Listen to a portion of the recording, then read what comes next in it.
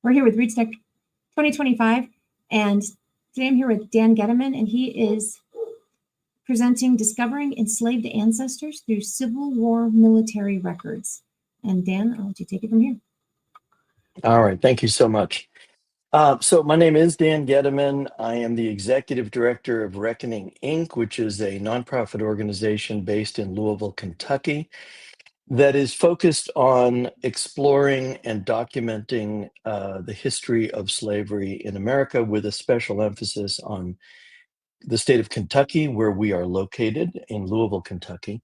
And as the name of the workshop attests, we're going to be focusing on how Civil War military records can help you find enslaved ancestors that might otherwise be hidden in your family tree. And here is a QR code for our website, which is reckoninginc.org. And many of the resources that I'm going to be talking about in today's webinar can all be found there. So I'll leave that on the screen for a second if you want to navigate to our website so you can kind of follow along. And we'll be showing you this again at the end of the webinar. All right, so many of you may know a lot of this stuff, but just for the benefit of those of you who are coming to this kind of cold, it is a truism about slavery in America that enslavers tended not to keep track of enslaved people's full names unless they had a good reason, sometimes even their first names, because of money, usually inheritance, lawsuits, bills of sale, deeds, estate settlements, things like that. The US Census, starting in 1850, started to include slave schedules, which had enslaved people listed not by name, but by their age, their gender, and their color. And that's the full extent of sort of the paper trail of slavery, unless you know where you're going to look, where to look for it. So here's an example of what a slave schedule looks like, with just the enslaved people listed by gender and age and their complexion. Military records are different in that once the US military opened up the ability for Black people to join the Union Army, they needed to record who these people were. And so they were listed by their first and last name, their age, their birth location, their height, their complexion, some of the other things about them. This is true for white and Black recruits. But for Black people Black men who enlisted in the US Army, specifically in the border states, so that would be slave-holding Union states like Kentucky, Missouri, Maryland, Delaware, and eventually West Virginia, portions of Tennessee when it was under Union occupation. So in those places, the Army also noted the names of the enslavers when Black soldiers enlisted, so that they could be compensated for the financial loss of having an enslaved man join the Army.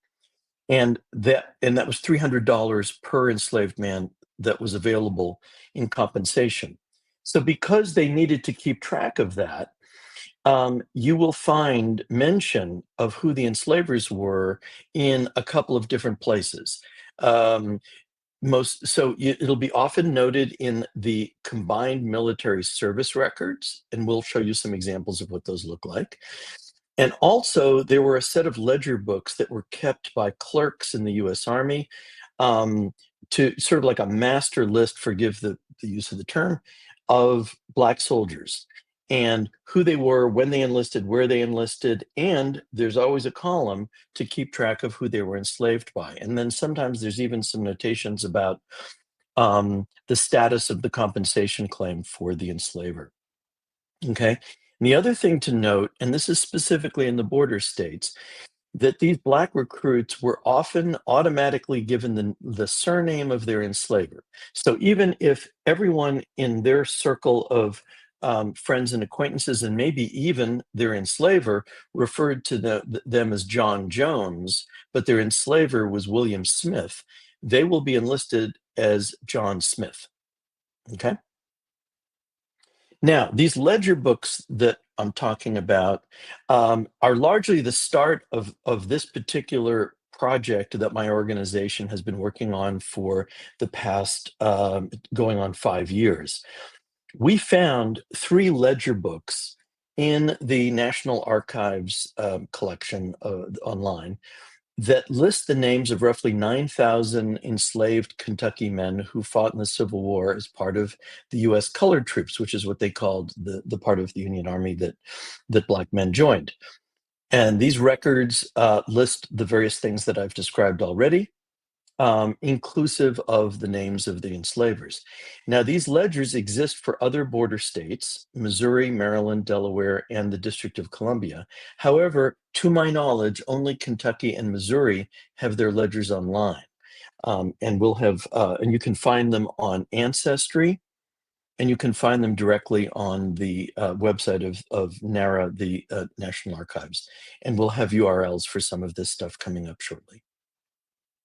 So here's an example of what these ledger books look like. And so one of the things that's really important is they will note where the person was born. And so if you're trying to pinpoint genealogical information about your ancestor, it's awfully helpful to know exactly where they were born. And as I mentioned, they always have a place for the name of the enslaver. So, using the term owner back then, in this case, you'll see on the left a series of soldiers, and they're all using the surname Dixon. As I mentioned earlier, they were automatically given the name of the enslaver. And so this group of men, their enslaver's name was Archibald Dixon, who happened to have been a U.S. senator from Kentucky and was one of the biggest enslavers in Kentucky. So these are the U.S. The Combined Military Service Records, CMSR. And here's an example of an actual soldier, Jim Dixon. And you'll see in the remarks section at the bottom, that's where they'll note the name of the owner. And sometimes they'll use different kinds of language. They won't say owner. They'll say something like, there's various euphemisms used, but nearly always, like sometimes it'll say something like service to be, rendered to, or something like that. And it'll mention the name of the person and where they're from, the enslaver, that is. So enslavers are also listed on enlistment papers, not 100% of the time, but often. And usually only when the enslaver is letting their enslaved people voluntarily enlist. In other words, they're enlisting with the blessing of their enslaver. Okay, perhaps because that enslaver wants the $300 compensation claim, or perhaps because the enslaver, as is the case with this particular man, Archibald Dixon, was a strong Union supporter and wanted the Union Army to win and was willing to put his money where his mouth was, so to speak, and let his enslaved men join the army. Now, the military files can often contain compensation claim forms actually built in to the combined military file. So I went on the National Archives website, archives.gov, and I went looking for compensation claim applications found within these U.S. colored troops military records, and I found almost 19,000 records that had documents with the term compensation in them. Okay, and that the URL that you see at the bottom of the screen is the actual URL that you can follow to do that search yourself. And by the way, I'm pretty sure I allowed Family Search to distribute this entire deck, the actual presentation slides. So you should be able to download them after this from the Roots Tech website if you missed some of these URLs. So when I looked, I found compensation claim forms for these states in this order. Okay, Missouri, Kentucky, Maryland, West Virginia, Tennessee, Delaware, and a handful in the District of Columbia. So if you have kin who you know or suspect were enslaved in any of these states, and they were of the age that they could have served in the U.S. Army, it is well worth looking into this because these compensation forms, in particular, are a wealth of detail about these people. So here is a compensation claim form pertaining to this soldier that we see on the left, okay, whose name was, oh gosh, his first name is Manuel. Isn't that terrible? I'm forgetting his first name. Sorry, it'll come to me. Anyway, Taylor. Emmanuel Taylor is his name. And so his enslaver, a guy named H.B. Grant, applied for compensation for losing Emmanuel Taylor to the U.S. Army. Okay, so these compensation claim forms are another way we find out who were the enslavers. And then additionally, these compensation claim forms often provide the names of previous enslavers. So it turns out this guy, H.B. Grant, purchased Manuel Taylor from a man who it turns out is his father-in-law, because I happen to have done some research into this guy, and his name was Sam K. Richardson. So that means if we go back and look at Sam K. Richardson's slave schedule for 1860, which is the census just before the Civil War, we will probably find Emmanuel Taylor or a man approximately of his age in that document. So here is an example of a bill of sale. It's actually like a facsimile of a bill of sale. Somebody copied out the bill of sale and then certified it. It's kind of like a notarized document that happens to list the I think it's 3 different enslaved men that this guy H.B. Grant purchased from his father-in-law, including Manuel Taylor.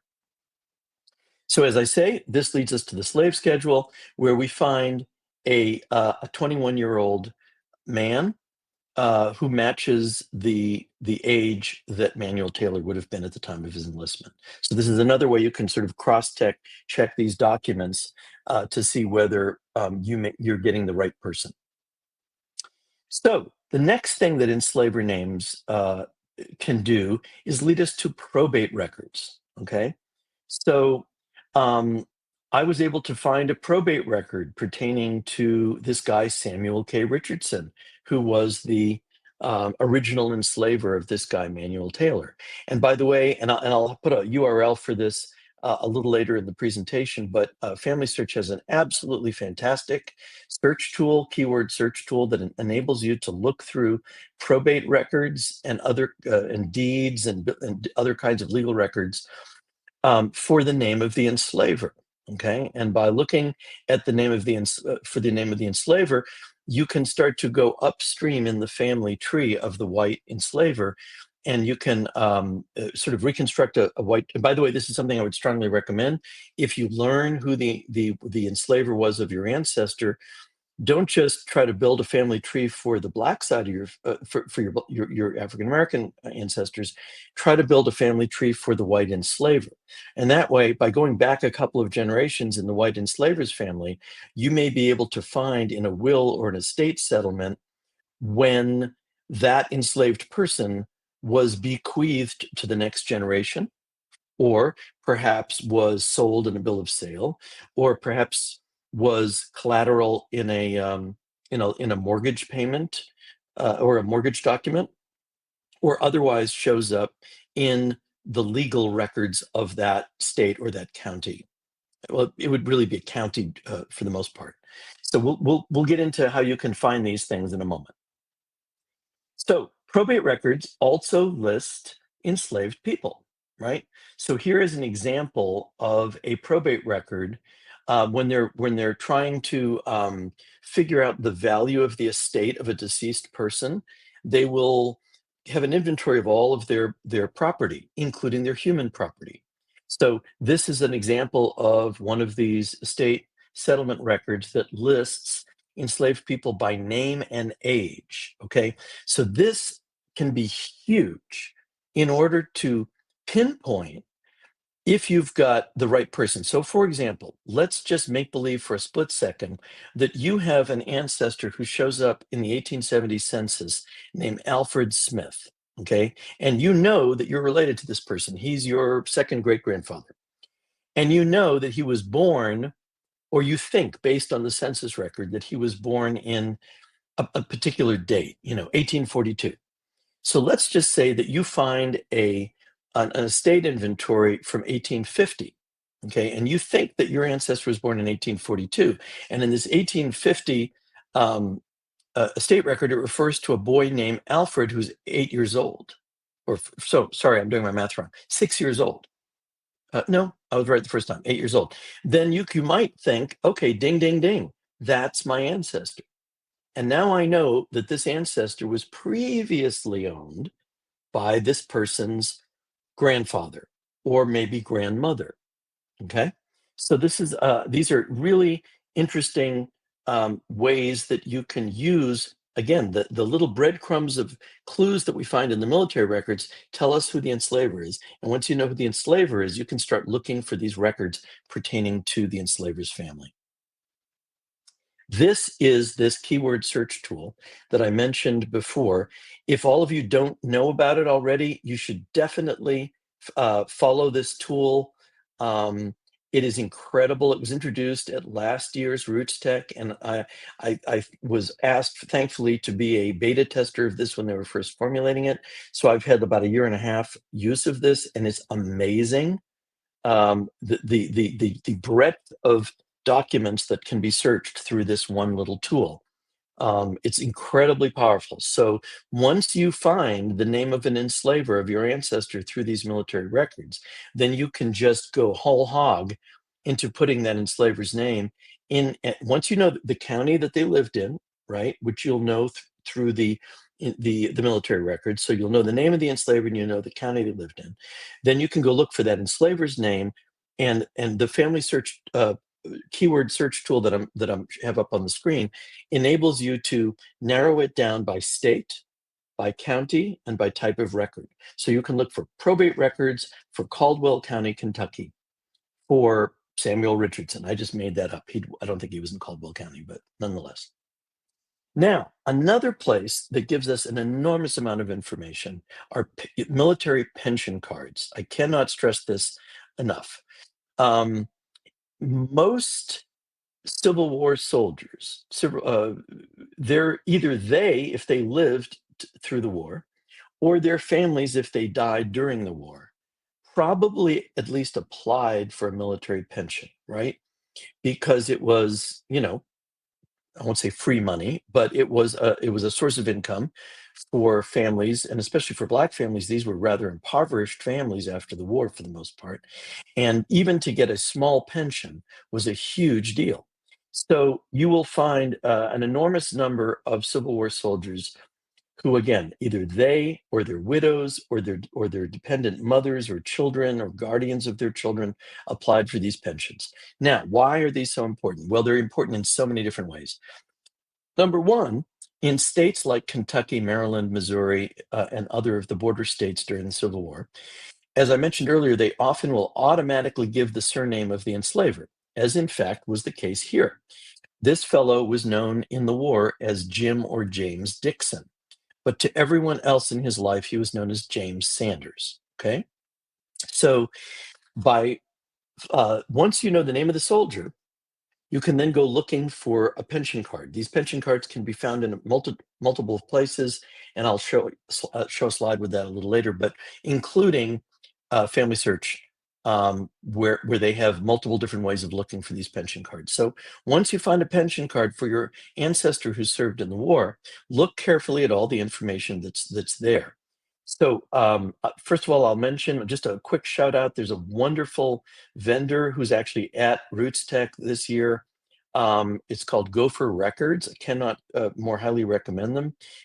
They will get the military pension file for your ancestor for $45, which is the lowest price I've seen that anybody will do it. They do it quickly. They do it incredibly well. And I've been using them for years now, and they do fantastic work. So And all they need is a copy of this card. So you download the card, and the numbers on the card is what helps them find the actual files at the National Archives. So there's other things we know. Sorry, let me go back. If you go down to the bottom of the screen, you'll see state from which filed. Kentucky in one case and Indiana in another. So we know that and it'll tell you the date that they made the application. So we see that his widow applied for a pension from Indiana in 1912. So it just so happened when I was researching this particular man, that's how I found out that he died in 1912 and that he lived in Indiana. So that's huge, because let's say that's your ancestor, and now you know that your ancestor migrated from Kentucky to Indiana, that they were, and it happened somewhere between 1890 and 1910. And so that helps, or 1912 rather, so that helps narrow down when you go looking for him or her in the census records, where to look, right? So you can, let's say there's a whole bunch of people with that name around the United States, but you can narrow it down to Indiana, because you know that by the 1910 census, maybe the 1900 census, that's where he's living. All right, so here is the place, or one of the places, where you can go looking for pension cards on the Family Search website. And again, you should be able to download this deck, this presentation with all these slides from the Roots Tech website. So if you miss these URLs that are here, you can find them there. But this gives you the opportunity to put in what you know about your ancestor based on what you know about their military service, first name, last name. And again, you can either put in the first name and last name as they used it that's on their military service record, or maybe you are just blindly looking for your ancestor and you maybe don't even know if they served in the military. You could put in the name that they went by circa the 1870 census in here, and it should show up regardless of whether they used their given name or whether they used the name that they were given by the US Army. Does that make sense? So either you just put in whatever name you know them by, and this search tool should bring them up regardless. Okay, pension files. Once you get the pension file, it gives you all sorts of information about your ancestors. So including health information. And in the case of this particular soldier, this health information was very important to his descendants, because it turns out that there is a congenital disease that is passed through the generations of men in this family. It's a very serious blood version of cancer that affects the blood. And apparently this guy suffered from it. And when his descendants read this file, they immediately realized what it was, because it's the same symptoms that some of their family members had. Also, in military records, in the pension files, you can find documents that you can't otherwise find on Family Search, on Ancestry, MyHeritage, any of the various online websites. Maybe none of this stuff has been digitized yet. So for instance, maybe they got married in a county where those records have never been digitized, which is the case for this couple. This record, this marriage certificate of this husband and wife, is not, to this day, has not been digitized. The only place I found it was in the pension file for this particular soldier. The next thing you can learn from a pension file is where your ancestor is buried. Now, this is a great big deal for some families, as it was for this particular gentleman that you see in this picture. His name is Russ Bolds. He has died recently of the congenital disease that his second grandfather had. And he lived a mile away from this military cemetery his whole life. And he and his grandfather, and then he and his father, had gone walking up and down the aisles of this cemetery looking for their ancestor. They knew he was buried there, but they were looking for James Sanders. And the name on his headstone is James Dixon. And until I found that pension card that listed both names, Sanders and Dixon, did they know where to look. And they knew where exactly to look, because in the pension file, it actually had a document that showed like what row and number to go look for. Now, widows also applied for pensions. Sometimes, even when their soldier spouse did not. So in this case, this is a woman who applied for a pension because her husband died during the war. Okay, so she applies for the pension in September 1865, and he died sometime before then. So that's another group of people for whom you can follow information, regardless of whether the soldier lived through the war or not. Now, the reason the widow information is so important is because, for reasons that are obscure to me, fold3.com, which is now owned by Ancestry, roughly, I think 15 years ago, something like that, they started a project with the National Archives where they were digitizing widows' pension files. I think their goal was to eventually do all the pension files, but they were starting with the widows' pension files, and I don't know why. So they have been slowly chipping away at these pension files. And the great news is that they had proprietary ownership of them for, I think, 10 years. And then they turned over all of those pension files back to the government. So they can now all be found for free on archives.gov. Okay. So you can look for these in three places. If you have a Fold 3 subscription, which costs money, you can find them there. You can go to archives.gov and find them for free, or you can go to our website, reckoninginc.org, specifically to look for Kentucky Soldiers pension files.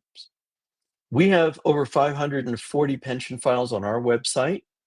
And if you followed the QR code I had earlier and go to the tab on our website that says pension files in the menu, you can browse through these pension files. Widows pension files also have a lot of very interesting and useful information, in particular about minor children, because in addition to the widow being due a certain amount of money, the minor children were due a certain amount of money as well. And so the government wanted to know the names of those people, the children, when they were born. And so again, if you're trying to reconstruct or construct a family tree, this might let you know about people who aren't in the 1870 or 80 census because they're older, they're no longer minors. But back when this woman applied in 1865 for her pension file, her pension claim, they were minor children then. So in other words, it sometimes helps identify an elder child in a family tree that would otherwise be invisible to you. The other thing you'll find in these pension files for either the widows or the soldiers are depositions and other official documents. So in this particular case, this woman, she became blind, and she actually petitioned the senator from her state of Colorado to petition his colleagues in the U.S. Senate to give her a raise for her pension, and it's all right there in her pension file. All right, and as I mentioned before, you can find for Kentucky soldiers all this information on our website by first clicking on the Civil War Soldiers tab, and then below that it says pensions. Okay, so also on our website we have something called the Kentucky U.S. Colored Troop Database. And so again, if you specifically have kin from Kentucky, you can go to our website, and we have all sorts of tools available to help you search through all the different records we have to help you find information about your ancestor. So this is an example of what we have in our database for the man that you saw the photograph of earlier. If you remember, he was seated in his uniform. His name is Manuel Taylor. And there's the information about his enslaver at the time he enlisted, Henry B. Grant, and his enslaver previously, Samuel K. Richardson. So the other thing we have on our website is something we call it the Kentucky Black Ancestor Database.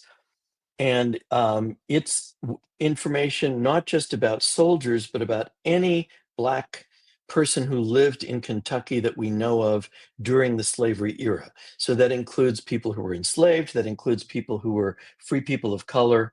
And we have roughly 100,000 records so far of people who lived in Kentucky who were African American. So we did this in partnership with a military historian here in Kentucky named Charles Lemons. And so about 100,000 records, about half of them have at least one enslaver noted. About a third of them have at least one parent identified. And of this 100,000, we've got over 23,000 records for soldiers. And of those, roughly 15,000 of them, we have the name of their enslaver. And we also have this in a spreadsheet. And the spreadsheet is a really powerful way to look at this data. So for instance, if you are interested in looking at not just an individual person, but a community of people, or maybe you're looking for extended family members, like you find a soldier and the name is familiar, but you don't know if he's a direct ancestor, or maybe he is a more indirect ancestor, but the family name is familiar and you know you have kin with that surname in Kentucky. You can go into this database, sort by any one of the fields. You can sort by last name, you can sort by first name, you can sort by where they lived, what county they lived in. You can sort by the name of the enslaver. There's all sorts of ways of looking at this, but it can be a very powerful tool. So the other thing you can learn from looking at this is family groups. And I won't go into this in great detail, but it's quite a powerful tool, and we explain it on our website, how you can sort by something called the family code. And the family code groups together anybody who's related to one another. If they're siblings, they will be listed with a letter after their name. And then elsewhere, you'll be able to scroll over and figure out who their parents were.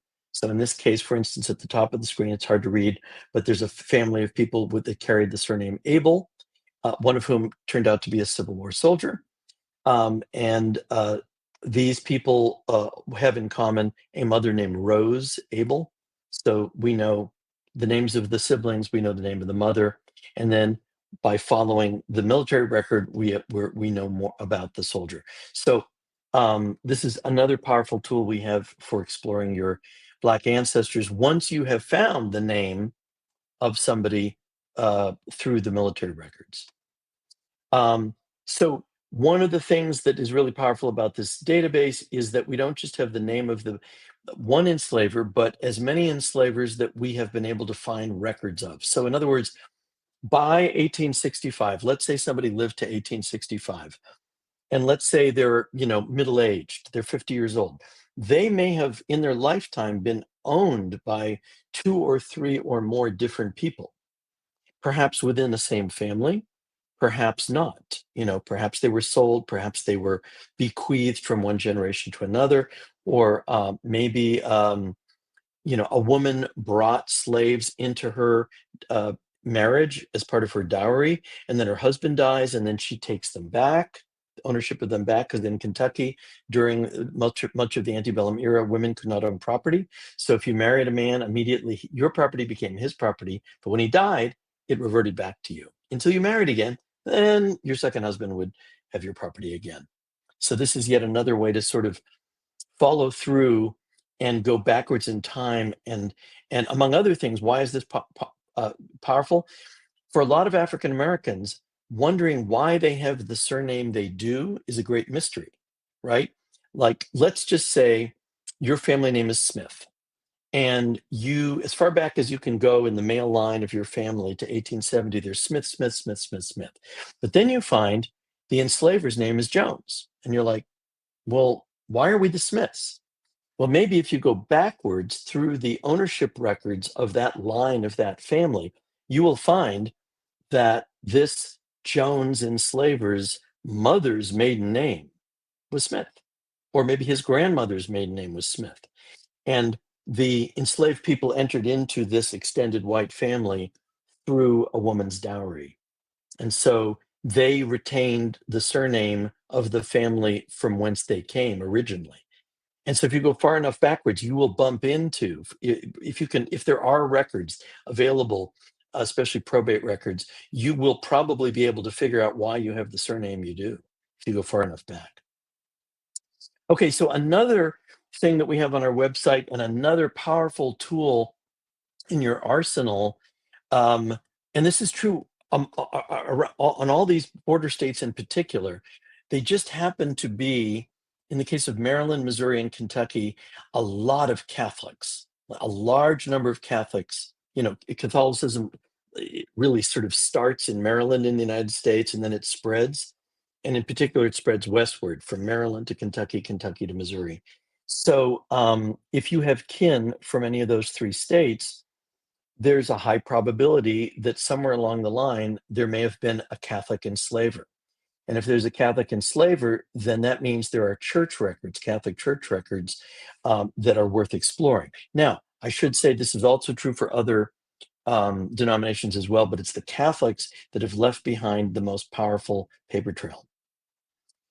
So we have an entire section of our website just devoted to keeping track of these church records for Kentucky. And we call it the Enslaved Church Records Database.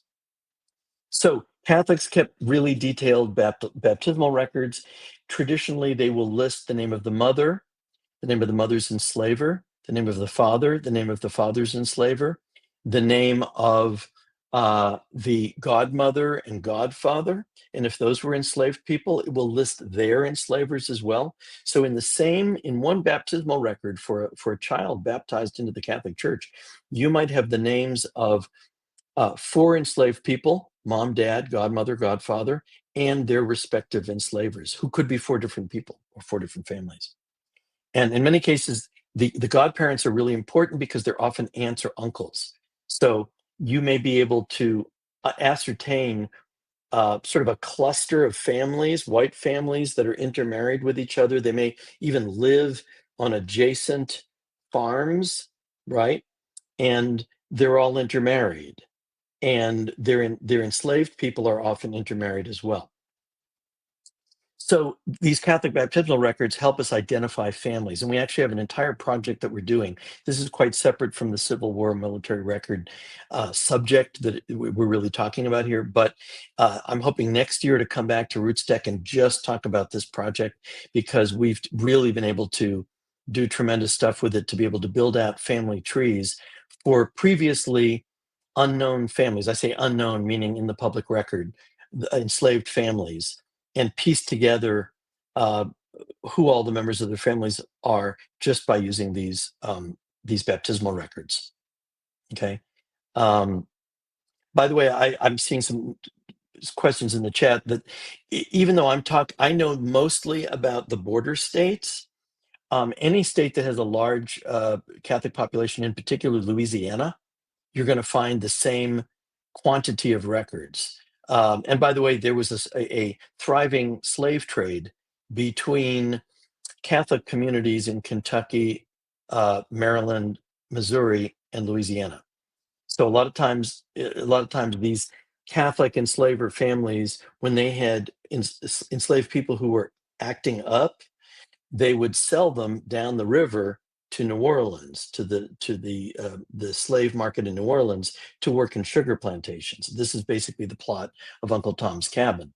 But wherever possible, they tried to place them in Catholic homes. So they might send them, work through a Catholic slave trader in New Orleans to place them in a Catholic sugar plantation. I know it sounds strange and weird and disgusting, but that is a fact of life.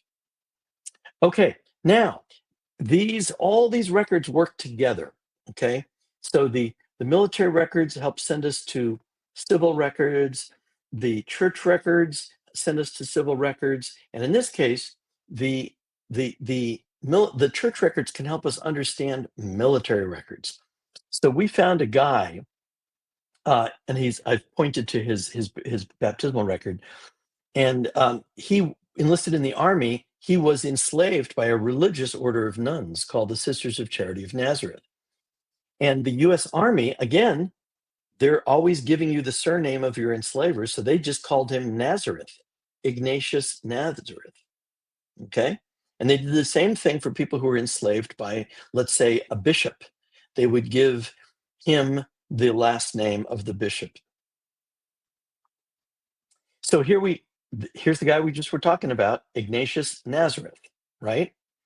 And so that's the name he was given when he was entered into the army. And then if you look at his pension card, it says Ignatius Bean, B-E-A-N, that's the name he was actually, born with, or the name he was known by, alias Ignatius Nazareth. So now we know these are the same people. Several other faiths baptized enslaved people: the Episcopals, the Presbyterians, the Baptists, and the Methodists. However, the Episcopals and the Presbyterians do infant baptisms along with the Catholics, and the Baptists and the Methodists, these tend to be, well, specifically the Baptists, by their nature, they are adult baptisms. So the details are about that child are much less, there are fewer details in the baptismal records for these other denominations than there are for the Catholics. In many cases, all you get is the name of the child and who was the enslaver. There's no mention of the mother. There's no mention of the father. Okay, so our project that we've done in Kentucky can be replicated in other states. So it could easily be replicated in Missouri, Maryland, Delaware, District of Columbia, perhaps Tennessee and West Virginia, because these are all places where slavery existed during the Civil War, where large numbers of formerly enslaved men joined the Union Army. The pension cards can provide alternate names for these soldiers, and we would be happy to share our systems and our research process with others. So especially if there's anybody who ends up seeing this webinar and you are in one of those states and you would be interested in trying to replicate what we're doing, I'm going to give our contact information here in a moment. Please contact us. So here again is our website, reckoninginc.org. I'll leave this up for a moment. And the slide after this, I have my contact information and ways you can find us on social media. But I encourage you to go to our website and dig around. I will say this, because Kentucky did not have the most slaves, but Kentucky had a lot of slaves. It was 250,000 slaves by the time emancipation happens. So that's a significant number of people, and a significant number of families around the country could very well be descended from one or more of these people. So even if you grew up in another part of the country, or even if you think your family is, let's say, from Mississippi or Alabama, some portion of those families may have at one time been enslaved in Kentucky, or maybe a part of the family stayed in Kentucky and a part of the family ended up going down to Mississippi or Alabama, either with the enslaver, right? Because a lot of enslavers took their enslaved people and moved farther south, or because they were sold, or because they were bequeathed in a will, perhaps to an extended family member in the deeper south. So here's contact information from me. There's my my email address. Again, our website, reckoninginc.org. Our Facebook and Instagram, in both cases, is just Reckoning Radio. You can look at any of those either of those platforms. We have a much smaller footprint elsewhere. So I'll leave that up for a moment, and actually, I'll leave that up, and we could start with a Q&A at this point. Jocelyn, you are muted. Thank you very much. And thank you. There's been so much good information that you've had here. So we did get quite a few questions. One of the first one is Combs Tribe asked, how do we access the compensation forms? I went to the Maryland archives. Okay, so the single best place to find these is on the National Archives. Okay, so earlier on in the presentation, and I can go back to that screen in a moment if you want, and I can put it up, the URL where you can search specifically within the U.S. Colored Troop pension files. And so if you look, so it'll show you all the U.S. Colored Troop pension files that they have in the National Archives. And then you can do a keyword search and just put in quotes the word compensation. And what will then, and then you can even do compensation, okay, and then narrow it down further and say compensation Kentucky, okay? And that's exactly what I did, by the way.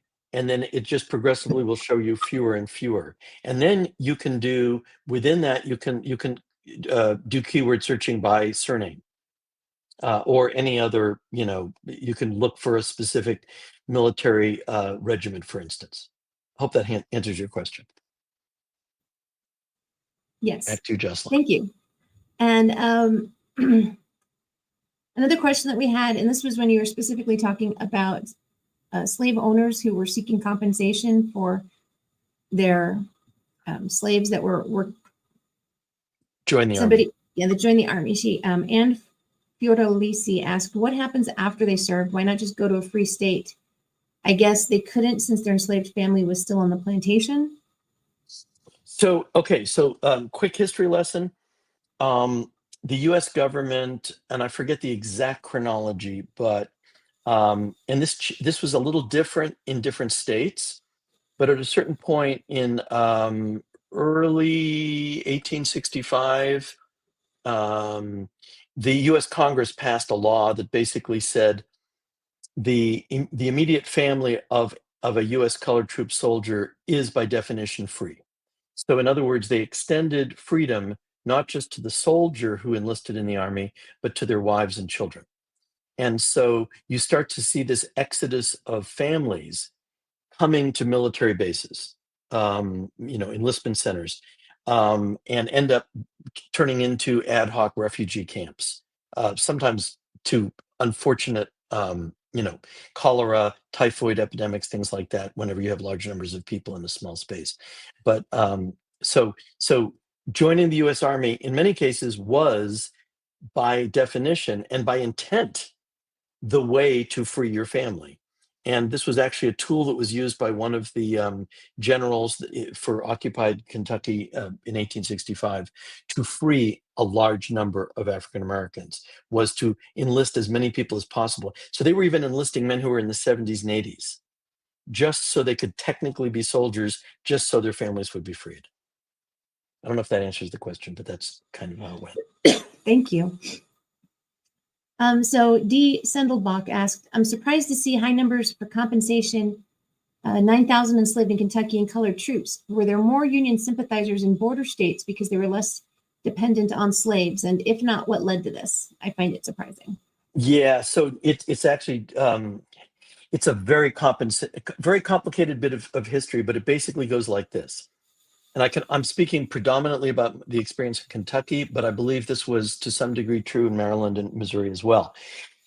There was a pretty large subset of enslavers in Kentucky who were very much pro-slavery, but pro-union as well. They wanted the Union to win the Civil War. And the main reason they wanted the Union to win the Civil War was because if the Union won the Civil War, then the South wouldn't be a separate country. It would be all the United States. And if you lived in Kentucky, it would be very uncomfortable to have like a different country. Okay, so in other words, your slaves wouldn't just leave and go to another state where, with the Fugitive Slave Act, it would be incumbent upon any citizens of those northern states to return your enslaved property to your state, to your community. Instead, they'd be going to another country, and there wouldn't necessarily be extradition treaties or anything like that. Mm-hmm. So they actually were trying to maintain the status quo, which was actually good for slave owners in a state like Kentucky, right? They had some sort of security about their property being returned to them in case they escaped. So it's a very complicated story. By the way, I'll just put a little plug in. If you go to our website, reckoninginc.org, I did an entire podcast series on this subject called The Reckoning. It's actually the first thing we did as an organization. So it's a 8-part podcast series. Encourage you to listen to it. And we go into a great deal of detail about this part of the history. Another question? Thank you so much. Another one, while we were looking at the image of the pension cards, and the slide that you were looking at specifically was pension cards as sources of alternate names slide. And Fiordalisi asked, "On this image, how can I tell if this person is African American?" Okay, really good question. So this is true whenever you're searching any of these pension file or pension card databases, is if there's an opportunity to search by keyword, put in US in quotes, because each one of the black regiments is preceded by USC. So it's US colored infantry, US colored artillery, US colored or heavy artillery, US colored light artillery. So it's always starts with US, usually USC. So so that's how you can tell, how you can filter out the cards for Black soldiers and everybody else, is just by looking for ones that have USC something, USCI, USCT, USCHA for heavy artillery, USCC for US colored cavalry. Awesome. Mhm. And the next question we have is from Christina Yates, and she asked, can you use these methods if you only know the enslaver's name but not the slave? Yes, short answer is yes. So, for example, on our website, reckoninginc.org, we have a place where you can just search our Black ancestor database by the name of the enslaver. So you can work backwards. And so, let's say you're a white person and you're interested in knowing about who your ancestor may have enslaved. And you know their name and you know their county, let's say. You can put in their name, their county, and if we have records for anybody they enslaved, they will show up by name and everything we know about them. Theoretically, you can do the same thing. I mean, we've done an unusual thing in Kentucky with our organization and the various research we've done. There are some other states that have done versions of this, and I know the folks at American Ancestors are trying to do this at a national level with the 10 Million Names Project, which, by the way, we're affiliated with and working closely with. And actually, I'll just do a quick plug here. We're doing a project with them that started this year that is going to go for another 5 years, where they're helping us research the tens of thousands of men who joined the Union Army from Kentucky to build family trees for them. So watch this space. We'll go our website, that is, over the next 5 years, and hopefully we're going to end up with over 10,000 or over 15,000 family trees for these soldiers. That's awesome. Deanie asked, what's the name of the group that copies the Civil War records? Oh, Gopher, Gopher records, gopherrecords.com. Can't say enough about them. I mean, there's other people who do this, but these guys are phenomenal and we use them all the time. Awesome. Now we have about 8 minutes left. Okay. So Rodney Gregory asked, what are some of the reasons why pension applications were denied? Yeah, excellent. So really good question. And by the way, there's a weird irony. The more problems your ancestor might have encountered trying to get a pension, the longer the pension file, the more information you will find in it. So we have pension files we've found that are 800 pages long. So the longest one I've ever found is 800 pages. And the reason it was 800 pages is because the soldier had children by 2 different women, and each of them said he married them. Both during slavery, okay? And because there were no records of enslaved marriages, parenthesis, unless they were born into the Catholic Church, because the Catholic Church had slave marriages that they actually kept track of, you needed the testimony of people who were eyewitnesses. So you will find depositions from people who were physically at the wedding ceremony of your ancestor who can say it happened on June 15th. By the way, sometimes they're depositions from enslavers saying this couple was married on my front porch, December 17th, 1852. I was there. It was presided over by Reverend so-and-so. So to answer your question, why were some of them denied? Because they couldn't prove their age was what they said that it was, because again, they didn't have a birth record. It was because a woman couldn't prove she was legally married to the soldier, especially if he died during the war.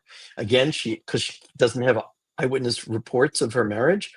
It could be that there's a question, somebody says they're the mother of the soldier, and she has to prove that this is her child. So again, every time that the government asks you to prove one of these facts, you have to find witnesses. You have to find people to testify to the fact that, yes, I was there when he was born, right? Which is amazing. And by the way, this is how we have so much firsthand knowledge of the lives of these enslaved people is through these depositions and affidavits of people who are actually in their lives, talking in first person, and especially the depositions are written like a court transcript. Mm. Question, answer, question, answer. They're amazing.